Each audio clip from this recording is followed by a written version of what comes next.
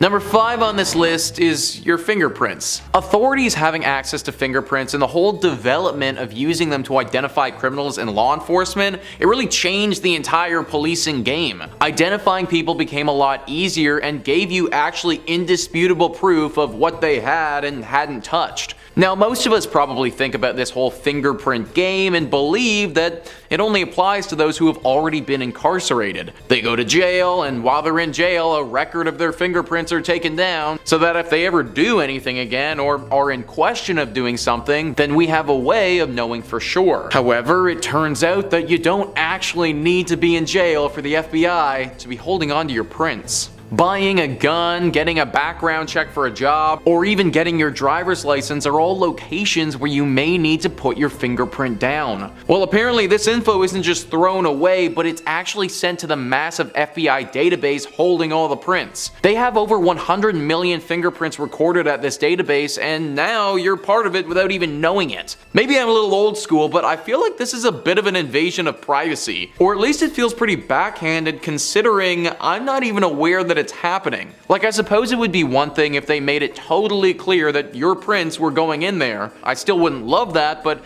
at least I'd know. By hiding it, it really feels super creepy and kind of slimy. I don't know, guys. Comment down below what you think about this. Should everybody have their prints collected or only people with criminal records? I'm curious to know. Number 4 on this list is the most wanted list. Most of us are probably pretty familiar with the FBI's most wanted list. Usually it's filled with some of the worst criminals that the world has to offer, and they're typically tied to crimes involving murder or high-ranking positions in drug trafficking rings or even terrorist organizations. Either way, these individuals are usually considered some of the most dangerous people on the planet. However, that may not necessarily be true. This list, although it's certainly filled with some of the worst criminals in the world, shouldn't be looked at as the top 10 most dangerous people. The media and even the FBI kind of portray it that way, where the people shown on this list are the top 10 criminals in the world and they must be stopped, but it's very likely that there are far more dangerous criminals than them who are being withheld from this list. If you happen to be a criminal and you also happen to have individual features which are pretty bland and basic, then it's your lucky day, because it's very likely that the FBI won't be putting you on their list. This list isn't based off of the severity of your crimes, it's actually heavily influenced by the looks of the criminals. If a criminal has something unique about them, a tattoo is very prominent, maybe a scar that can't be missed, or just one of those faces that you could never mistake, then they'll probably make the list. Michael S. Schmidt, a New York Times reporter, says bureau officials try to select dangerous fugitives who could be recognized by the public because they have distinctive physical features. So even though we think of this list as the most dangerous criminals, it's actually just the most dangerous criminals with a unique look. It's very possible that there are some other fugitives out there that just aren't unique looking enough, so we won't ever know about them. Number 3. MKUltra. If I have learned anything in my time diving into the unknown, is that the truth invariably is always stranger than fiction. And I have seen some stranger things. All 4 seasons of it. Love that show. Love 11, Steve Harrington and the gang. I think it's so cool that the show takes this wild sci-fi premise like the CIA trying to use narcotics to train people to be psychic super soldiers. It's very creative and oh, they actually did that. The CIA actually did that. Oh, okay. I'm just playing. Of course I knew that. I'm a conspiracy theorist. The core backstory behind Hawkins' favorite little psychic is just as wild as the show. Starting all the way in 1953, the CIA began researching serious efforts into harnessing humanity's latent extrasensory abilities. This program was called MKUltra, and I'm gonna tell you right now, we would need like 5 or 6 videos to even begin scratching the surface about this one. So if this is something you're at all curious about, this incredibly real thing the American government did, please look it up after this video. Now, the true extent of the program we can't really discuss, but participants were put through torturous experiences, including electrocution, unknowingly dosing subjects, and a lot more. Many documents were outright destroyed by the CIA's direction in the 70s, but what documents we do have let us into a bit of insight. The CIA was worried of the Soviets' technological advancements over them, and they were doing everything they could to try and get the edge in interrogation and data collection, and believed that with the aid of substances, mental gymnastics, they could effectively mind control another human being and make them into a tool for their will. A declassified document states outright the purpose of the MKUltra experiments was to find a way to promote and enhance the abilities of individuals to withstand coercion, as well as produce confusion and amnesia, to create materials which will cause the victim to age faster or slower, and to promote illogical thinking and impulsiveness to the point where the recipient would be discredited in public. Now this might surprise you, but the victims of MKUltra were for the most part psychologically ravaged for the rest of their life. The CIA was pulling people literally off of the streets, experimenting on homeless, convicts, single parents, people with nowhere to turn who they know wouldn't tell anybody and who wouldn't be believed. Number 2. Project Gateway. Wow, we're gonna build off that last point. Bet you didn't think that'd be a two-part point, did you? Well, some fun terrible trivia for you. MKUltra was far from the only CIA bit of mind control and parapsychological program they were researching. And these are just the ones we know about for certain. A good skeptic knows there's probably way more we don't know about. So, mind control and being able to make a subject impressionable was one thing, but like I said, it was far from the only sensory research project. Let's talk a bit about Project Gateway. This was the CIA's attempt to harness the full extent of the brain. You've probably heard that old adage that you only use 10% of it. This was them trying to use 100, with the hopes that with enough practice, subjects would be able to release their consciousness outside of their physical body and astrally project, with the ultimate goal being full-scale mental time travel, allowing the consciousness to exist beyond the physical realm and access mental memories, experience them from a third-person perspective. If successful, subjects would theoretically be able to relive their own memories, take stock of their surroundings in new ways, and gather intel no one could have. It sounds completely made up and sci-fi. It sounds like the plot of The Men Who Stare at Goats, except that we have got it fairly documented as a real thing. Now, it's very complicated stuff, and not easy to parse into an 11-minute video, but if you want a very quick layman's idea on the experiment, the thinking was that a combination of binaural beats, intensive meditation sessions would affect the flow of the heartbeat and blood flow of the brain, and would start to awaken it. There was a line in this document that says if your brain is like a light,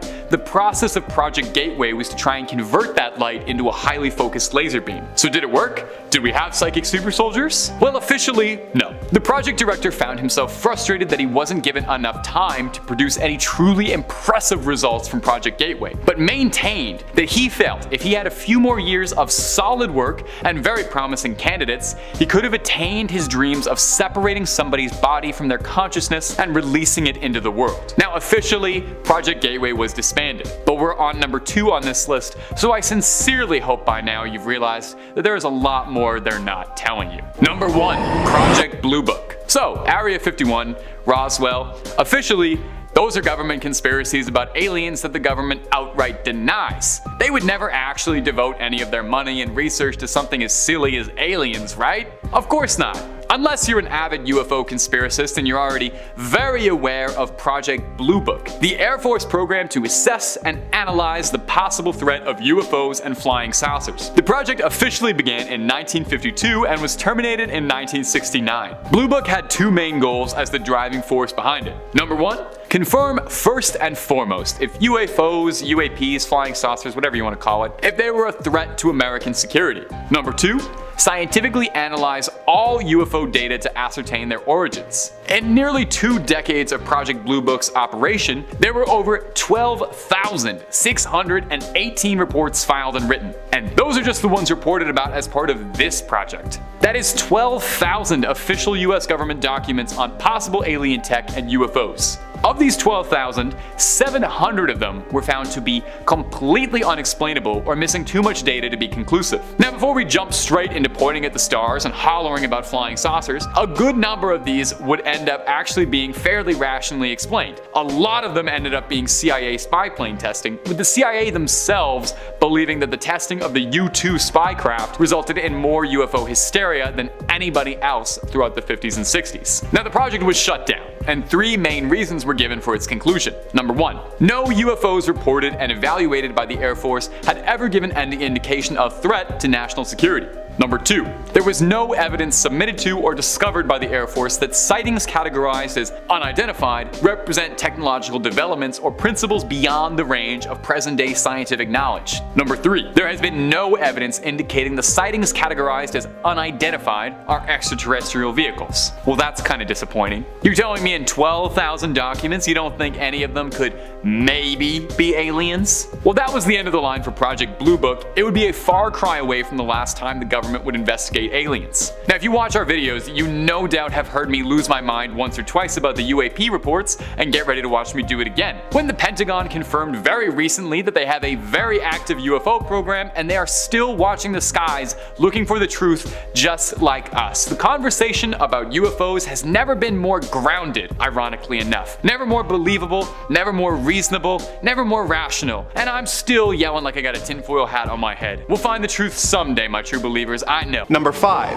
UFO footage. When we talk about unidentified flying objects, we tend to think about aliens from distant planets showing up in flying saucers to abduct and probe unsuspecting humans. But what if these visitors from another planet are not interstellar travelers, but simply our descendants using advanced technology from the future to visit the past, which is, of course, our present? Such is the theory put forward by Dr. Michael P. Masters in his book Identified Flying Objects, a multidisciplinary scientific approach to the UFO phenomenon. Masters believes that these travelers are using their craft to not only experience, but study the past, and that people who were abducted by aliens are actually being studied by anthropologists. As he himself puts it, the alleged abduction accounts are mostly scientific in nature. It's probably future anthropologists, historians, linguists that are coming back to get information in a way that we currently can't without access to that technology. That said, I do think that some component of it is also tourism. Undoubtedly, in the future, there are those that will pay a lot of money to have the opportunity to go back and observe their favorite period in history. Some of the most popular tourist sites are the pyramids of Giza and Machu Picchu in Peru, and old prehistoric sites. There's certainly still missing pieces of the puzzle, he said. There are aspects of time that we don't yet understand. Wanted is a theory of quantum gravity, and we can meld general relativity and quantum mechanics. I'm just trying to put forth the best model I can based on the current scientific knowledge. Hopefully, over time, we can continue to build on this. Of course, one could argue that the idea of UFOs being time travelers is a more complicated and less likely theory than aliens, but Masters believes the opposite is true, saying, "We know we're here. We know humans exist. We know that, and we've had a long evolutionary history on this planet, and we know our technology is going to be more advanced in the future. I think the simplest explanation innately is that it is us. I'm just trying to offer what is likely the most parsimonious explanation." If Masters is correct in his theory, and extraterrestrials are really extratempestrials, as he has dubbed them, then all the footage of unidentified flying objects that has been discovered, including both the amateur tapes and the ones that were released to the public officially by the Pentagon a few years ago, are actually footage of time travel in action. This could explain how so many UFOs appear to be moving at speeds that are impossible for current craft to achieve, and how they seem to appear and disappear in what seems like an instant. Number 4. The James Webb Telescope. Our next entry is a bit more literal and less grand than the others on this list, but it is still worth mentioning. The James Webb Telescope may not be able to transport us back in time, but what it can do is let us look into the distant past, perhaps to show us where we came from as a species at the moment of creation. The James Webb Space Telescope was first launched in late December 2021. It was a collaborative project between NASA, the European Space Agency, and the Canadian Space Agency. It uses infrared astronomy to view things in the vast cosmos of space that would be impossible for even the Hubble Space Telescope to see, with its first release image being touted as the deepest photo of the universe ever taken. But what does this have to do with time travel? Well, as NASA scientists explained it, telescopes can be time machines. Looking out in space is like looking back in time. It sounds magical, but it's actually very simple. Light needs time to travel across the vast distances of space to reach us. So, light moves at a speed of about 1 billion kilometers per hour. So the time it takes the light from a light bulb to reach your eyes is pretty much imperceptible. But light that is reaching you from millions or billions of kilometers away, such as the light of a star, can be centuries, millennia, or even eons old by the time we see it. So the James Webb Telescope isn't just the telescope that can view the furthest into the universe. It is also the telescope that can see the furthest back in time, showing images of galaxies of stars as they appeared 13.5 billion years ago. Scientists hope that they will be able to use the telescope to look even further back in time in order to see the first few 100 million years of the universe after the Big Bang, so that we can observe the forces that resulted in the birth of our little blue planet in action. Number 3. Operation Paperclip. Ooh, this one's a doozy. In the waning years of World War II, around 1945, the US was beginning to worry that they needed an edge against the Soviet Union in the coming future, and wanted to take every single advantage they could find at their disposal for advancements in technology, even if that meant picking up from some seriously dubious sources. It was called Operation Paperclip, and it was a secret United States intelligence program in which more than 1,600 German scientists, engineers, and technicians were taken from Germany's National Socialist Party to come work for the United States and forget about all of that other stuff. When large numbers of German scientists began to be discovered in April of 1945, the US set up a few overnight makeshift interrogation centers in Paris and in Frankfurt. This early draft of the project was called Operation Overcast, and this initial idea was that this was going to help end the war against the Japanese, and it would immediately benefit post-World War II research. Eventually, the project got renamed from Overcast to Paperclip in reference to how the officers would attach a little paperclip to the folders of the rocket experts they wanted to pluck and bring over to America. Now, in its conception, the project's first goal and idea behind it was this thinking that somebody had to take these scientists, right? And if America didn't pluck all of these morally gray scientists, somebody else would have, and they feared that they would have fled to Argentina or Egypt, which had been known to be sympathetic to German National Socialism, and I guess it was better if they were there where they could be observed than somewhere else where they could do who knows what. The Soviets actually had a similar project to this idea, mirroring it, calling it Operation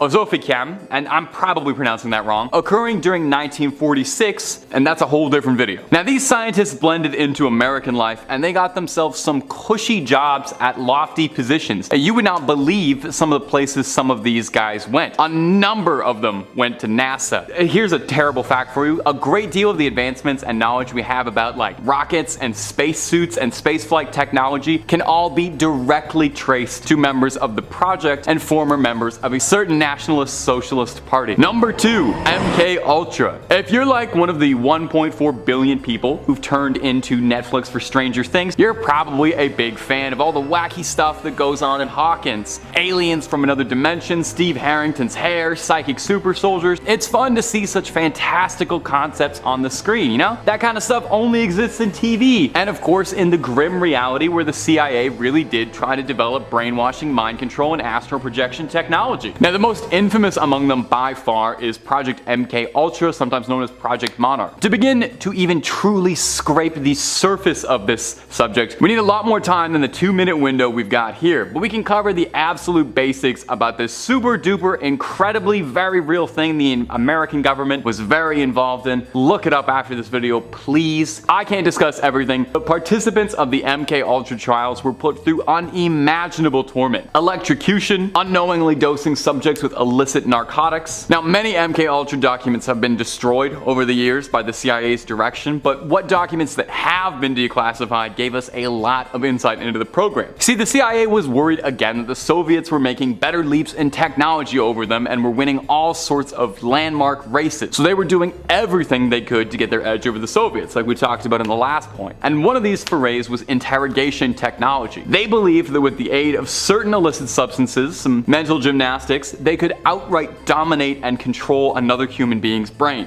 The project's goal outright was stated to enhance the abilities of individuals to withstand coercion, produce shock, confusion, and amnesia, to create materials which will cause the victim to age faster, slower, to promote illogical thinking, and impulsiveness to the point where the recipient would be discredited. So it's not quite 11 and the Upside Down, but it is just as cruel. Now, interestingly, a plot point in the show was that 11's mother was kind of cruelly experimented on. She didn't really know what she was signing up for at all and was left ravaged by the experience afterwards. This is really not that different different from what actually happened, where a grand majority of the test subjects for MKUltra Project Monarch were people like homeless people, convicts, or people with nowhere else left to turn who are willing to turn a blind eye to some seriously dubious experimentation for very little in the way of compensation. And number 1, the gateway experience. Now, as I just said, this was far from the only bizarre mental training the CIA ever dipped their fingers in. Have you ever seen the movie The Men Who Stare at Goats? Probably not. It's an indie movie from the early 2000s. It's great. George Clooney and Obi-Wan Kenobi is in. I forget his real name, Ewan McGregor. The movie talks about a secret division of the US Army that was experimenting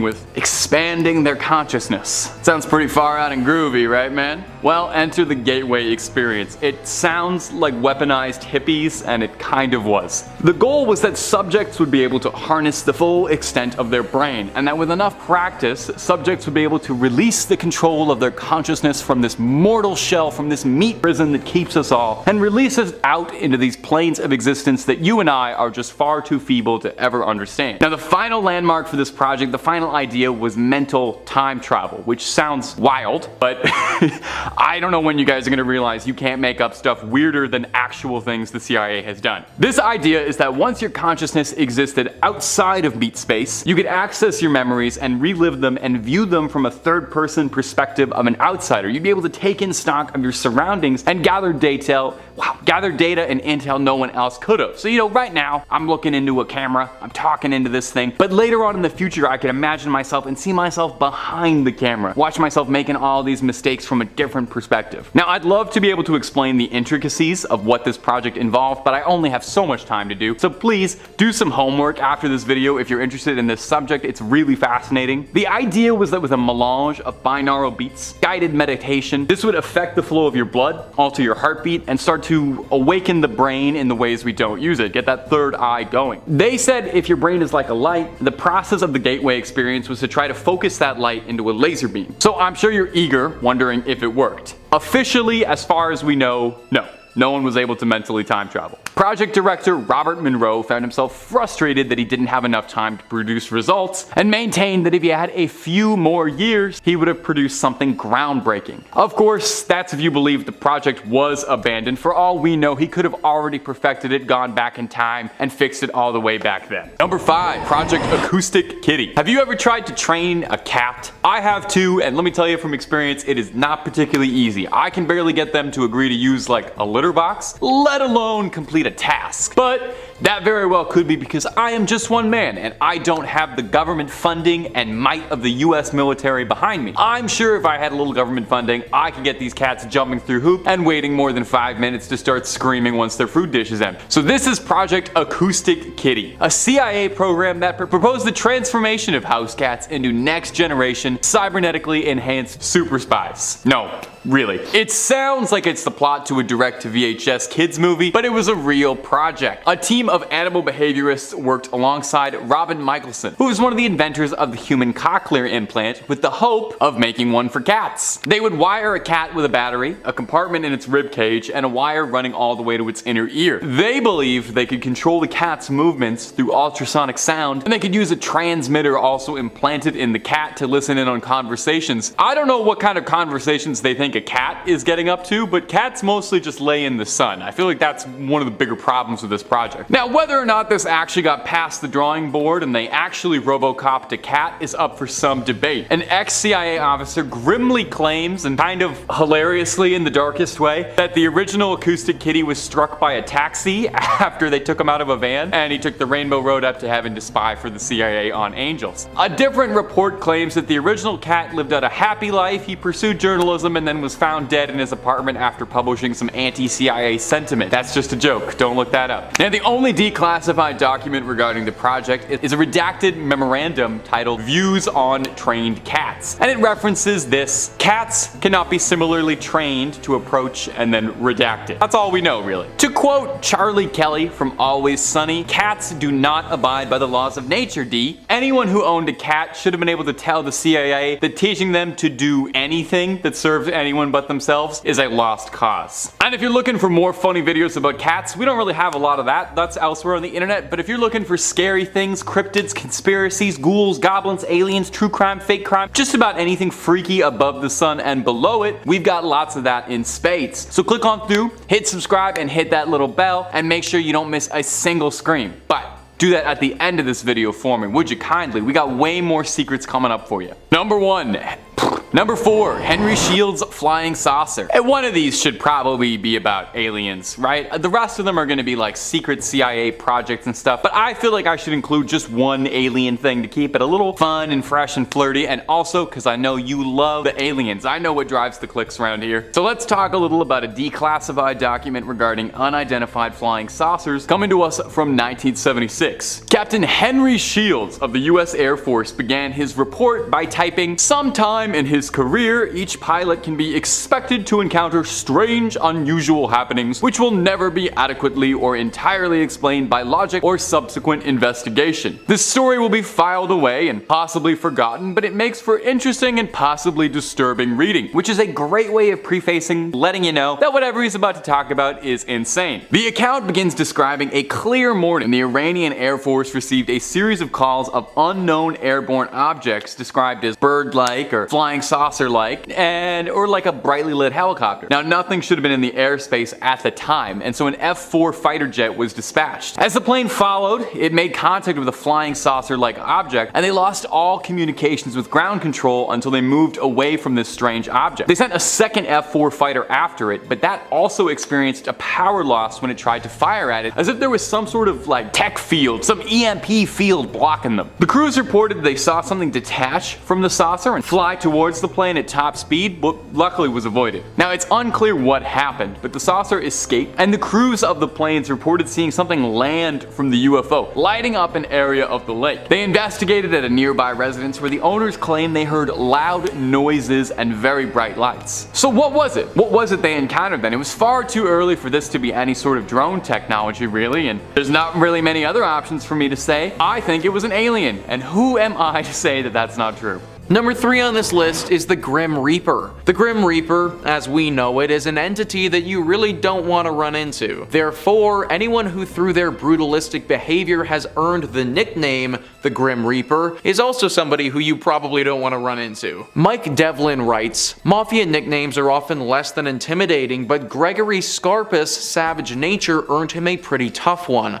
The Grim Reaper. Scarpa rose through the ranks of the Colombo crime family but was collared in 1962 for armed robbery. Realizing what a potential asset they had on their hands, the FBI offered him an informant deal and Scarpa accepted the job to keep himself out of jail. Over 3 decades, the mafioso had a tumultuous relationship with his FBI handlers. He was a brutal, tough man. Later in life, he would try to self-medicate a bullet wound to the eye by pouring scotch into it. Yeah, I know, insane.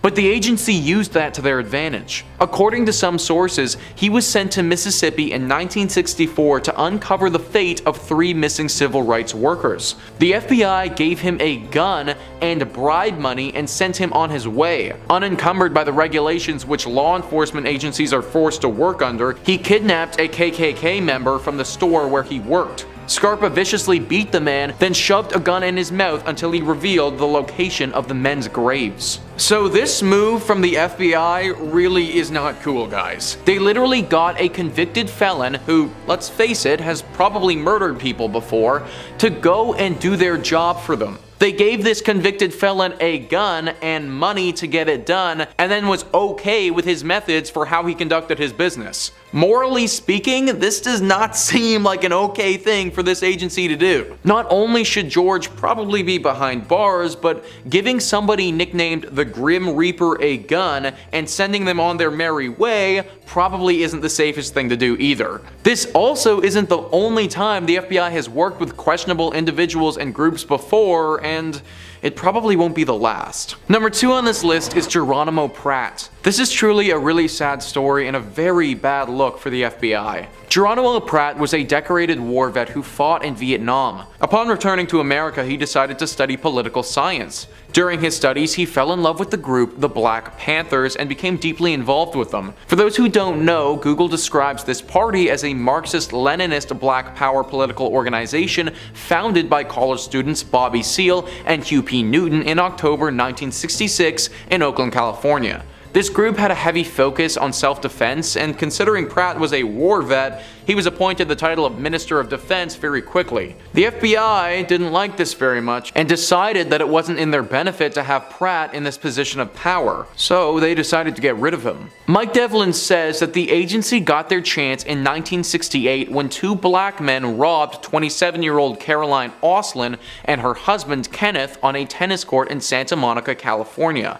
When they failed to produce enough cash to satisfy the men, they were riddled with bullets. Kenneth Olson survived, but Caroline died 11 days later. Pratt was charged with the crime and subjected to a trial orchestrated by the FBI. The full scope of their influence is unknown, but the allegations run deep. Information was withheld from the jury, including the fact that Kenneth Olson, who identified Pratt as his wife's killer, had previously chosen another man. Even more damning, the FBI lost wiretap records that backed Pratt's alibi. Pratt ended up serving 27 years in prison until finally in 1997 his sentence was overturned because it was revealed that one of the witnesses that testified against him was an FBI informant. Pratt served 27 years in jail for a crime he most likely never committed, all because the FBI decided that they wanted him there.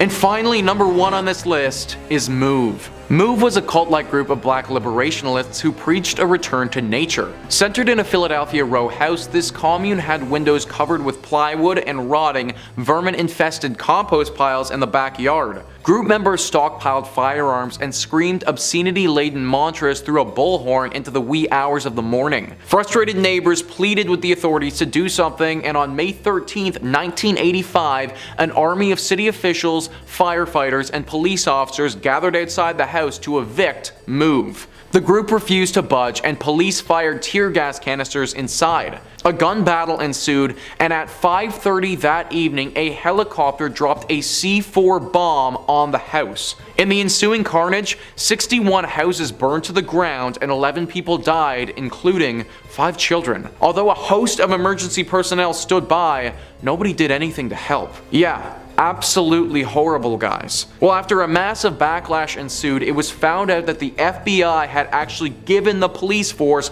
this C4, but there was no official record of them actually doing so. For the most part, this was just pushed under the rug and hardly anyone was punished. Whether they had any hand in telling emergency personnel to sit by and do nothing is anyone's guess, but it's been widely speculated upon ever since the tragedy happened. Number 5 on this list is Bigfoot.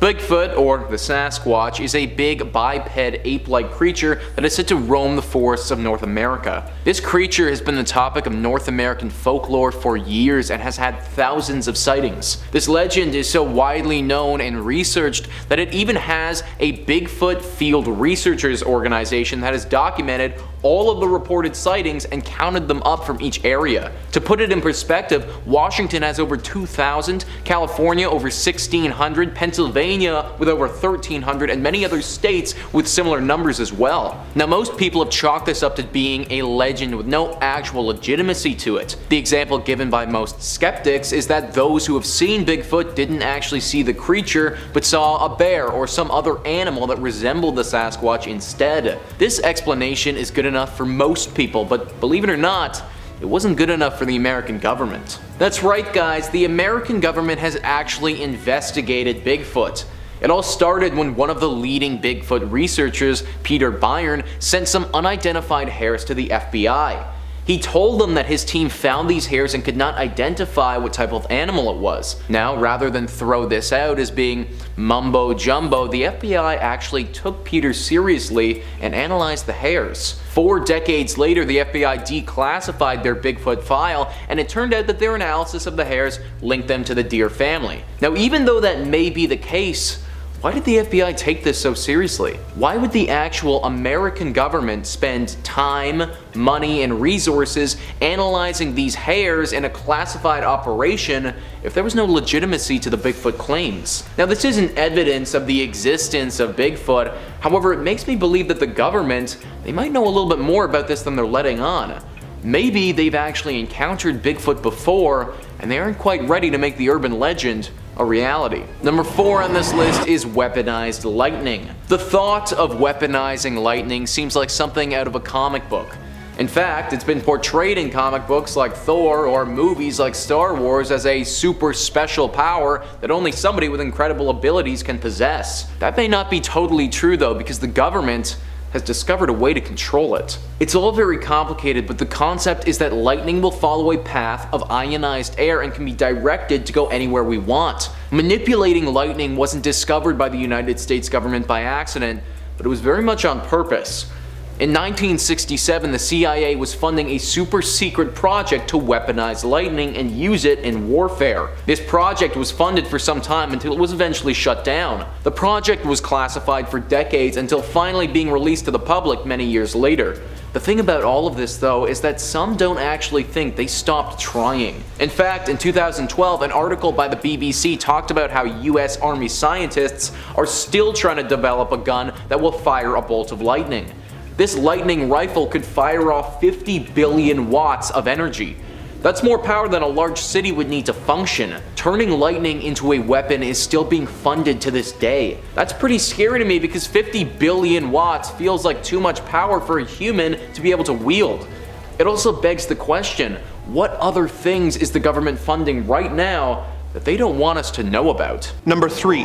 Time travel at Area 51. Next up, we have a Reddit post from an anonymous user who claims to be a former employee of the infamous Area 51, who stumbled upon footage that proves the existence of time travel. This post should of course be taken with a massive grain of salt, but the mechanics of time travel it talks about are worth discussing, so I have included it on this list. As the user themselves put it, I worked for years at Area 51, being brought in on Janet Airlines and getting paid through companies I had never worked for, just like many other employees have. In my time there, my main job was sorting and archiving the footage and notes of various projects that they were researching or working on. I would see notes and tapes of the various experimental aircraft we were developing, hours of grainy UFO footage, and anything else you can imagine from such a secretive branch of the government. However, one of the strangest things to cross my desk was not about aliens, but about the government's attempts to harness the power of time travel. The transcripts, and presumably the accompanying recordings they were based off of, were labeled as Project Throwback, and they talked about how in the late 90s, the government had created a machine based off of alien technology recovered from various UFO crashes over the years that they believed might be able to send people back in time. They had created the machine and wanted to begin testing it, thinking that the ability to change history in a way that aligned with American interests could be an amazing win for our country. The disasters and attacks that could be prevented alone made it worth the time and money that would be required to create such a tool. After years of working on it, it was finally time to test it. The goal of the test was to send a man back in time a day in the past as proof of concept. In order to avoid any potential paradoxes that they didn't know the potential consequences of, they had a site designated for the test pilot from the future to go to and return from without crossing paths with his past self or the scientists who were working on the project, so that they wouldn't know the results of the experiment outside of its proper chronology. The machine seemed to work at first, disappearing with the pilot as expected. However, the craft never returned, and no evidence of him in the designated site was found. The scientists involved theorized in their reports that the pilot may have been killed in his time travel attempt,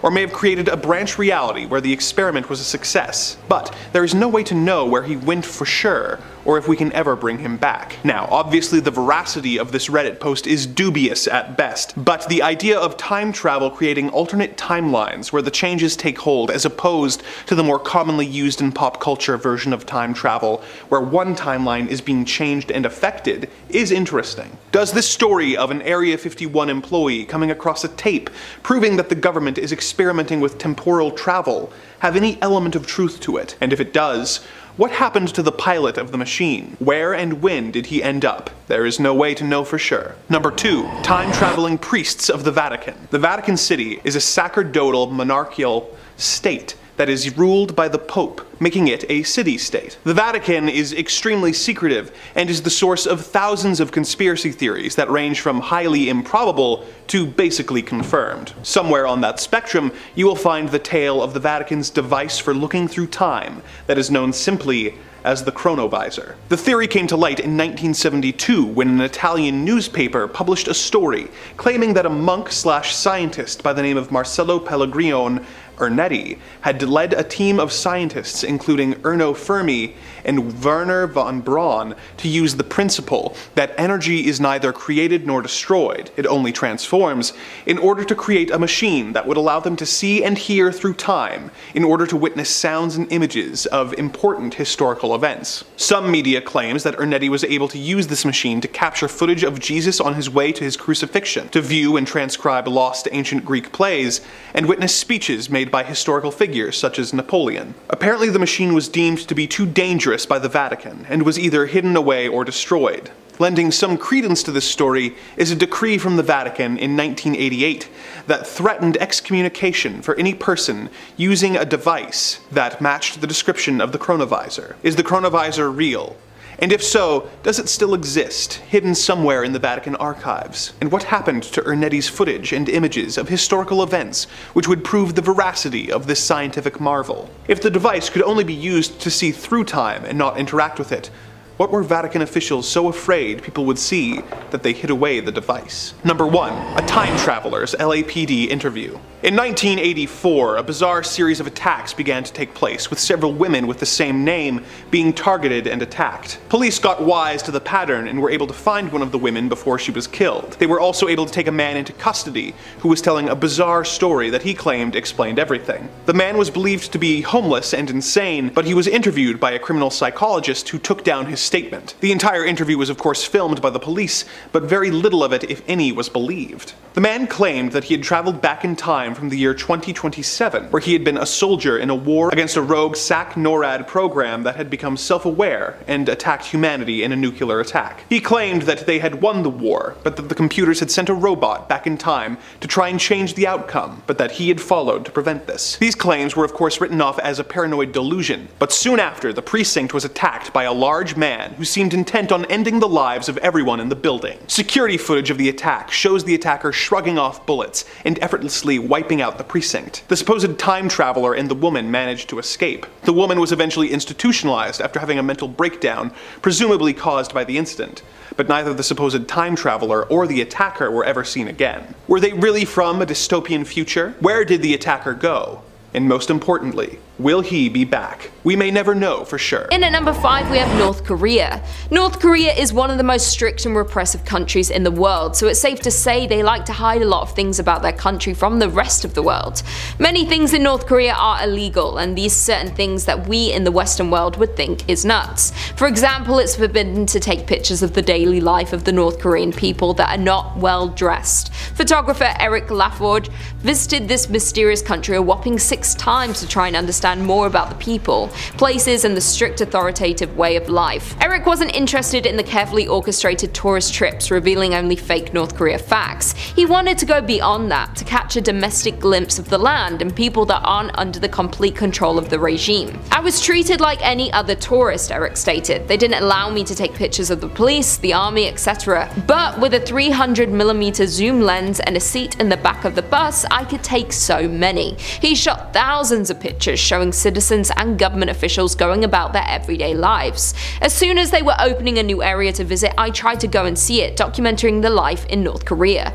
After Eric returned home in 2012, however, the government discovered him sharing secretly taken North Korean photos online. They demanded him to take down the images. I refused, as they showed all the aspects of the Hermit Kingdom, the good and the bad, just like I do with any country I visit. I refused to make an exception for North Korea, and they didn't like this. Soon the regime banned Laforge from crossing its border ever again. Kim Jong-un is so strict, and many things about North Korea not shown to the world and kept very secretive. We may never know what else they are hiding. In at number 4 we have Tank Man, China. On June 5th, 1989, there were protesters at the Tiananmen Square, and the Chinese troops began violently cracking down on these pro-democracy demonstrators who had been in the square for over a month. Jeff Widener watched and photographed as a man confronted the lead tank, standing directly in front of it. The tank stopped and tried to go around the man. The man moved, and at one point during the standoff, the man climbed aboard the lead tank and spoke to whoever was inside.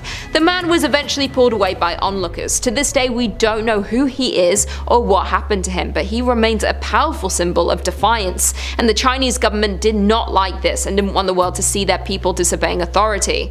Practically any image that so much as gestures at the famed photograph of a man in front of a line of tanks risks deletion from the country's closely monitored web. Recreations showing a line of books approaching a cigarette package, a swan before an oncoming truck, or grasshopper in front of a tire have all been removed. The Chinese government's utmost priority is discouraging unified anti-establishment action, but does more than prevent political unrest. Jason NG, the author of Blocked on Weibo, states that clearly it is not only protests that are being censored. There is some sort of intentionality, he said. It's fascinating to think through the moral reasons why things are removed. How does the government try to shape social mores? How do they try to shape culture through censorship? Some removed images are unsurprising, depictions of state-sanctioned violence, cartoons disparaging government leaders, and aerial shots of protests.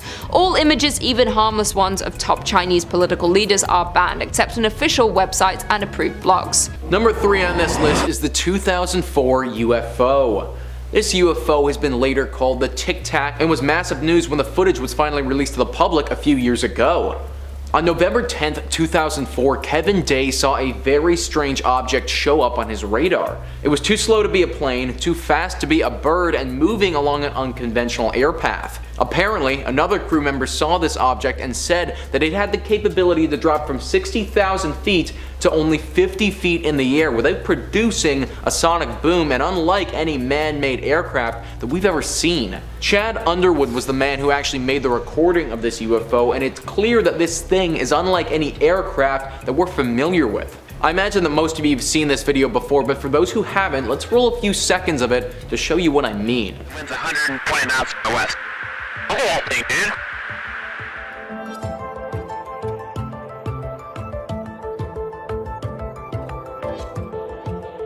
Now, that video wasn't officially released by the Pentagon until many years later, and that leads a lot of people to ask the question, was this unidentified flying object actually the work of aliens? Did the government know about this thing flying through the air prior to the video and then needed to cover it up? Why is the government releasing the videos years later? Are they trying to slowly adjust us to the reality that aliens are real? Is this UFO even connected to aliens, or is it something else entirely? All of these questions have arisen in regards to this video, and as one would expect, the government isn't exactly forthcoming with all the answers. This video doesn't prove the existence of aliens. In fact, it doesn't really prove a whole lot of anything. As of right now, it's something that we just simply can't explain, or as some people have theorized, maybe that's just what the government wants us to think.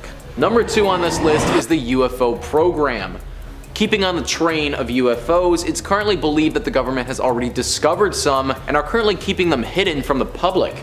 Now, I should be a little bit more specific about this because the term UFO specifically refers to flying objects. The reports that I'll be referring to aren't specifically about objects being able to fly, but that the government is currently in possession of off-world vehicles.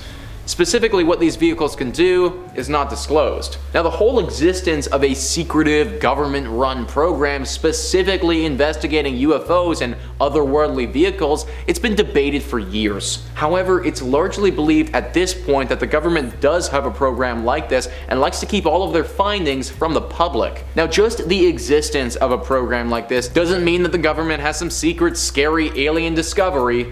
However, at the very least, it means that they have seen enough evidence of something going on to invest lots of money into discovering what it is. Now, the reason that I say the government might have some off-world vehicles that they're keeping from the public is because of the reports from Eric Davis. Eric Davis was an astrophysicist who worked for the Pentagon, and he was part of the UFO program. He's come out and talked about some of the things they had him work on. He says that some of those things he investigated were off-world vehicles not made on this Earth. He then goes on to say that we couldn't make the materials ourselves. This is an astrophysicist who's worked on some extremely classified material coming out and saying this. In my mind, that's pretty clear-cut evidence that the government is currently in possession of some secret object that they don't want the public to know about. Whether this object is an indicator of extraterrestrial life or something else is currently unknown, and as of right now, Seems like the government wants to keep it that way. Number 1 on this list is Iran's military dolphins. That's right guys, you heard me correctly, Iran's military dolphins. The country of Iran is currently in possession of militarized dolphins trained to blow up ships. Truthfully, this story is just one big government controversy. It all started when the Soviets started developing these secret dolphin soldiers. They trained these intelligent aquatic mammals to become weapons of the sea. They attached harpoons on the dolphin's back and trained the creatures to use them, and then also strapped bombs to the dolphins and trained them so that they could become bombers of the ocean. The thinking was that they could send these dolphins out to blow up American submarines.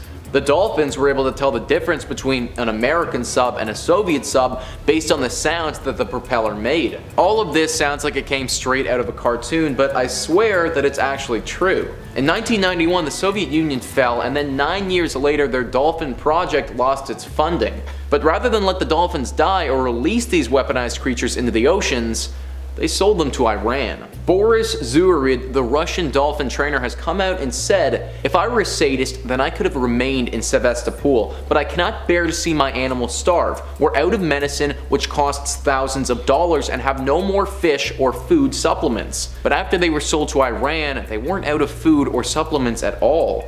In fact, all reports suggest that the Iranian government has continued with this weaponized dolphin program and are still in possession of them. This isn't widely talked about because the Iranian government doesn't really want people to know about their secret ocean weapon. Not just because they don't want other governments to know about their use of the dolphins, but also because of the moral questions that arise with this information. Is it acceptable to weaponize a dolphin and have it become a suicide bomber? Iran doesn't really want that type of media coverage. It's really kind of frightening to think about, but our favorite aquatic mammals? They could actually be trained to kill us. Number 5. Gordon Cooper. Major Gordon Cooper was an astronaut and flying ace of considerable renown, with more than a few accolades to his name, being the first man to spend a full 24 hours in space solo and the last American to ever spend a solo orbit around the planet altogether. Besides these lofty accomplishments, he was also very vocal about his belief and insistence of life beyond the stars. He'd experienced many strange things over his career. First, when he was an Air Force pilot in 1951, he says on a routine flight over West Germany, he encountered 3 flying metallic saucers following his plane. The incident was reported and nothing was done. But this would be far from the last strange encounter Cooper would have. In 1963, after orbiting the planet, Cooper was returning home when he noticed a glowing green orb following his capsule, which he described as ethereal. The object was picked up by a radar tracking station in Australia. But most bizarre about all of this is that when Major Cooper touched down and returned home, reporters from NBC told him they were explicitly barred from asking any questions about the unidentified object he'd experienced. Beyond bizarre, isn't it? Cooper outright says he believes higher-ups covered it up, saying on record that in the USA every day our radar instruments capture objects of form and composition unknown to us. And there are thousands of witness reports and a quantity of documents to prove this, but nobody wants to make them public.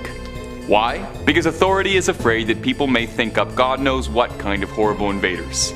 We have to avoid panic by all means. Now the implication in his words seem pretty direct, that he thinks the government covers it up because they think we can't handle it. I think we're ready. I mean, after the last couple years, I don't think there's any weirdness you can really throw at us. And if you're looking for great weirdness and great horror content every day, well, I can hook you up with that. All you gotta do is subscribe. Number 4. Brian Graves. Now for most of us, seeing a UFO would probably be the highlight of our life, or at the very least our week. But for Lieutenant Ryan Graves, a 10-year Navy veteran, seeing a UFO became a routine. On an interview with CBS on their 60 Minutes, Lieutenant Graves said that he saw UFOs every single day for years. He recounts his first encounter, where he was stunned, saying he saw a mysterious flying object trailing around him, with no markings on it, no exhaust plume, no trail of any kind. He described it as a flying black cube that appeared to have a sphere located inside of it. The pilots in Graves' squadron would report seeing these mysterious cubes constantly during their training exercise, even coming dangerously close to crashing into them and causing them to be labeled a threat. Graves said initially they were skeptical about them being alien craft, which is reasonable, and that his men had been assuming they were highly advanced drones being tested clandestinely. But as time goes on, Graves changed his tune, instead advocating for the discussion to be had about UFOs and if there's more to know out there. He wants to centralize the conversation around UFOs not being an outlandish conspiracy theory, but more of a security concern. But are they really, even? I mean, surely if there was alien life capable of provoking a conflict, they would have done it by now, right? Or perhaps these crafts were just scouts, or something else entirely. All I want to know is the truth. In at number 3, moon landing, flag flying in the wind. One of the biggest conspiracy theories is the first moon landing was real or faked by NASA with the help from the US government. The most famous picture shows Buzz Aldrin planting an American flag in the soil of the moon, and it appears the flag is moving, clearly showing the presence of wind, which is impossible in space. NASA says Aldrin was twisting the flagpole to get into the moon's soil, which caused the flag to move. In the late 1960s, the space race was a competition between nations regarding achievements in the field of space exploration, and that was the United States' motivation. They wanted to win the space race and be the first ever to land on the moon, ahead of the Soviet Union, and they would do anything to be the first and beat out all of the others. Conspiracy theorists claim that NASA faked their landings to avoid humiliation, and to ensure that it continued to get funding. NASA raised about $30 billion to go to the moon, and this could have been used to pay off many people. Since most believed that sending men to the moon was impossible at that time, they argue that landings had to be faked to fulfill J.F. Kennedy's 1961 goal that before this decade is out, we will land a man on the moon and return him safely to Earth. In fact, NASA accounted for the cost of Apollo to the US Congress in 1973, totaling $25.4 billion. Virgil Grissom, Edward H. White, and Roger B. Schaefer were 3 astronauts who died in a fire while testing equipment for the first moon mission. It's theorized that this was no accident, and they were in fact executed by the US government, who feared they were about to disclose the truth. Due to the power of the government, we may never really know the truth of the moon landing, but since this famous photo was released, it had been highly criticized, and the government and NASA have done everything they can to get it off the internet and keep the world quiet. In at number 2, banning of Winnie the Pooh in China. For many, Winnie the Pooh and his gang was something we all grew up on, was pivotal in our childhood, and is ingrained in our memories of growing up. But China banned Winnie the Pooh, so many kids may never know of these cute characters. The Chinese government gives internet censorship a whole new meaning. The Chinese name for and images of the plump, cute cartoon characters are being blocked on social media sites because bloggers have been comparing him to China's president. It started when Chinese President Jinping visited the US in 2013, and an image of him and then President Barack Obama walking together spurred comparisons to Winnie the Pooh walking with Tigger. Jinping was again compared to the fictional bear in 2014 during a meeting with Japan's Prime Minister Shinzo Abe, when they had one of the most awkward handshakes ever, and then the internet responded with Winnie the Pooh and Eeyore shaking hands with side-by-side images showing both. And then there was the time the president popped his head out of the roof of his special red flag limousine to inspect the troops, and after that, a photo appeared online of a toy of Winnie the Pooh popping out of his own little car. It is not only that China's censors will not tolerate ridicule of the country's leader, they do not want this beloved children's character becoming a kind of online euphemism for the Communist Party's general secretary. In other countries, such comparisons might be thought of as harmless enough or become a funny viral meme, but not in China. Even in 2018, when the film Christopher Robin was coming out, China had banned it from their country. And finally, in at number 1, we have UFO sightings. Unidentified flying object sightings have been reported throughout history in various parts of the world, raising questions about life on other planets and whether extraterrestrials do in fact exist. The first well-known UFO sighting occurred in 1947 when Kenneth Arnold claimed to see a group of 9 high-speed objects near Mount Rainier in Washington while flying his small plane. Arnold said he thought the speeds were several thousand miles per hour and they moved like saucers skilling on water. That same year, a rancher named Mac Brazel came across a mysterious 200-year-long wreckage near an army airfield in Roswell, New Mexico. The local papers reported it was the remains of a flying saucer, but the US military issued a statement saying it was just a weather balloon, even though the photograph of the mysterious object suggested otherwise. Throughout the next few years, sightings of unidentified aerial phenomena increased, and by the early 1950s, people's obsession with UFOs was skyrocketing. This led the CIA to prompt the US government to establish an expert panel of scientists to investigate the phenomena. The panel was headed by H.P. Robertson, a physicist in California, along with other physicists, an astronomer, and a rocket engineer. These group findings said that these sightings could be attributed to astronomical and meteorological phenomena or earthly objects such as aircrafts, balloons, birds, or searchlights. Parts of the panel's report were kept classified until 1979, and this long period of secrecy helped fuel suspicion of government cover-up. It's been highly debated that the government is covering up these sightings by the public to shut them up and give them false answers like these UFOs are just military aircrafts or weather balloons. Many sightings of UFOs have been seen in the area around Area 51, which is a highly classified place in Nevada. Area 51 is used as a government base for secret military Air Force activity, and they have a connection to classified aircraft research. It wasn't until 2013 did the CIA publicly acknowledge the existence of the base and the true work they do at this secret airbase. It's not known by anyone. Area 51 is so secretive that they have armed security around the perimeter and signage advising trespassers that deadly force is authorized. The base also is equipped with high levels of security like surveillance cameras and motion detectors all over the place. Remember when everyone was going to storm Area 51? What a time to be alive. Number 5. Area 51. Area 51 probably has the most secretive reputation of any building in the United States, maybe even in the world. More so than the Pentagon, the White House, Chuck E. Cheese, you name it. And Area 51 didn't get this reputation because it was easy to get into. It says a lot that our best hope for finding out what was inside Area 51 was for all of us to just sort of swarm the place en masse and kind of hope that there'd be too many of us for them to stop. The thing is though, as good a plan as the Area 51 raid, the US Army kind of saw it coming. Now maybe it's because it was very heavily broadcasted and there was a Facebook event page ready to go telling everyone exactly when to meet, but it could also be because the entire surrounding area around Area 51 is completely surveyed. Not a single stone is left unseen. Armed guards patrol the grounds literally all hours of the day, and there's radars and towers watching the skies above, so no dropping in Fortnite style either. Up until 2018 actually, you could not even get a look at Area 51, as it was blocked out on Google Earth and most satellite global positioning technology. In fact, until President Obama, Area 51 was never even officially confirmed to exist, and all presidents would outright deny it. Some conspiracists suggest even there's cameras hidden all around the countryside in the rocks, keeping an eye on everything that goes on in the main road. You want to know just how serious they take the security at Area 51 if that wasn't enough to convince you? Say you land a job at Area 51, even if you're just like a janitor or a guy who refills the vending machines. Well, you have to fly into Area 51 for your commute. There's no commuter traffic, so you fly in from McCarran International. I'm guessing all the parking spaces are taken up by flying saucers. This secretive airline is called Janet Airlines, a clever acronym for just another non-existent terminal. And Janet may very well be America's most exclusive airline. Even the flight attendants who work on Janet are given top-level government clearance, just in case they overhear something they're not supposed to. You know, a man in black talking about the Type 25 Kig-Yar plasma pistol they recovered from a crash site. They know that's above their pay grade and to just keep moving and get a move on those peanuts. Now, there's no word officially on whether or not flying Janet gets you air miles, but we have to assume so. And if you're looking for more scary stories, government conspiracies, aliens, cryptids, well, we've got lots of that and then some on Top 5 Scary. Click through, subscribe, and creep on creeping on. Number 4.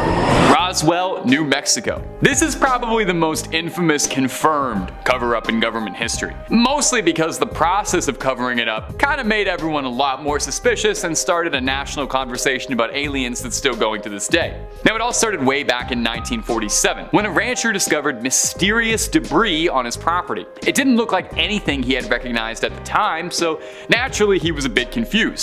It was these lightweight, paper-thin alloys that looked a bit like aluminum foil, strange rubbers, fiber optic cables. If you lived on a ranch in the 50s, it seemed like space-age technology. Now, about 2 weeks earlier, civilian pilot Kenneth Arnold had made headlines after claiming that he had seen a series of flying saucers. So in the American shared collective consciousness, flying saucers were very fresh, exciting, and new. The rancher reported it to a local sheriff, who reported it to the Air Force, and then whispers leaked out to the press, and a headline was published: RAAF captures flying saucer on ranch in Roswell. And the rest was basically history. Imagine picking up the newspaper when you see a headline from a credible source that said the government had recovered a flying saucer. I kind of get where all the hysteria is coming from here. Now, where the interesting part comes in is that this little story worked out very well for the government, who were doing their level best to distract the public from the true true nature of what they were working on, which would later to be discovered to be Project Mogul, a nuclear bomb detection hardware.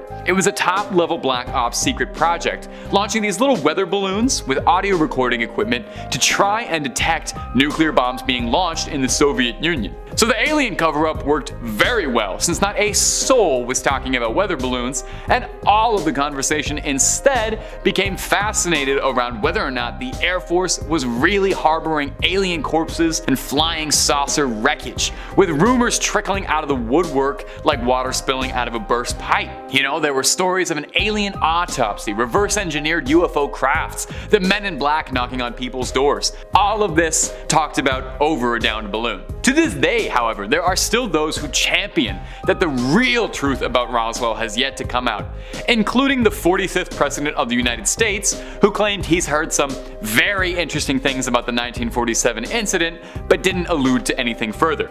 Number 3. Cosmonaut Kovalyonok.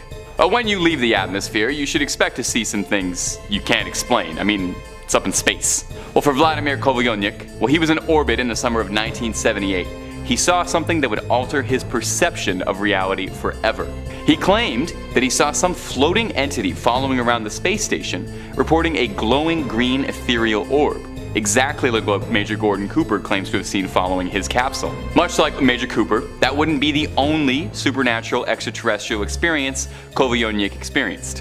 In 1981, on another voyage through the stars, he saw something unimaginable. He claims that he saw something floating around, resembling a barbell.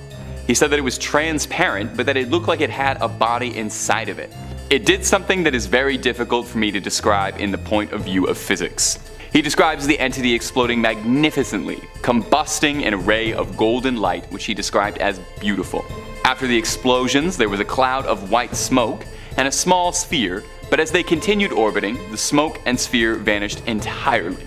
He goes on to say that he doesn't think whatever he saw was artificial, and that it must have been biological in some way, that it moved in a way that intoned life of some kind. Kovalyonok was surprised that his fellow cosmonauts did not seem willing to entertain the possibility of it being life from outside the planet, outright dismissing his claims. He's been quoted saying, "Many cosmonauts have seen phenomena which are far beyond the experiences of Earthmen. For 10 years, I never spoke on such things." When he returned home, there were brief investigations that possibly what Kovalyonok saw was little more than a missile test, and after these brief investigations, the case and the sighting was dropped entirely. Number 2. Hack Planet. Now, it's frustrating, I'm sure, to think that there could be answers for the unexplained out there, and no one is willing to share them with us, out of fear we'd react badly. For one Gary McKinnon, this unknowing was simply too much to bear, and he decided to get the answers the only way he knew how, the easy way, hacking directly into NASA's servers to get at their data. Why would he do that? Why would he risk his whole life and career for this? For the truth, directly.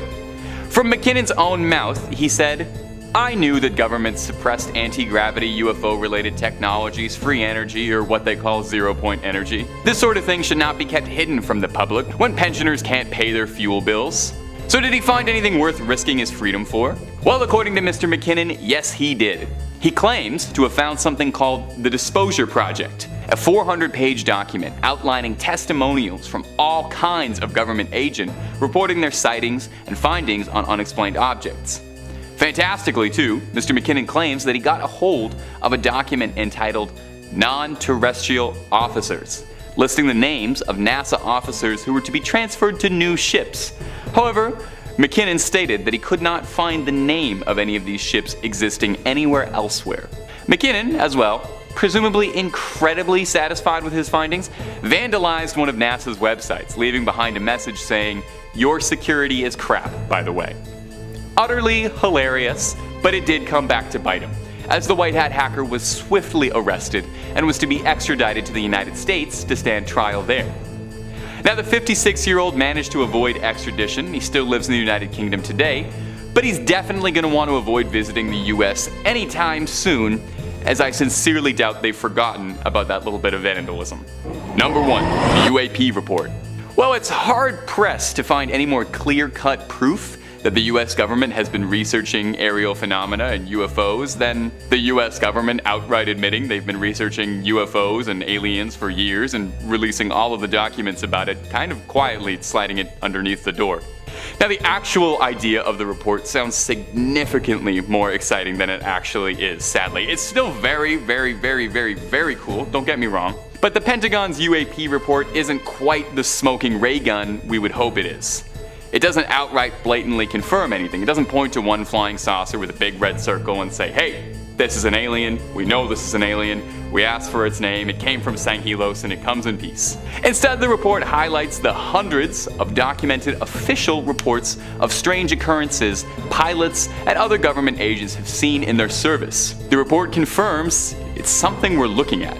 It's done wonders to legitimize the talk around UFOs. First and foremost, to change the nomenclature from UFO, unidentified flying object, to UAP, unidentified aerial phenomena, including the possibility of non-technological flying things. The report focuses primarily on whether or not repeated sightings of mysterious crafts are a threat or dangerous, which is a bit reductive, I think. Why do we have to assume aliens are a threat to us? Now, this isn't the first time the government has put direct resources into researching the possibility of alien life. Most famously, probably, is Project Blue Book, a CIA task force that ran from 1952 to 1959. But this is the first time an agency has been so outright forthcoming about sharing their findings with the public, renewing interest in UFO and UAPs. It's a very, very strong path forward to legitimate discussions, finding, and who knows what else.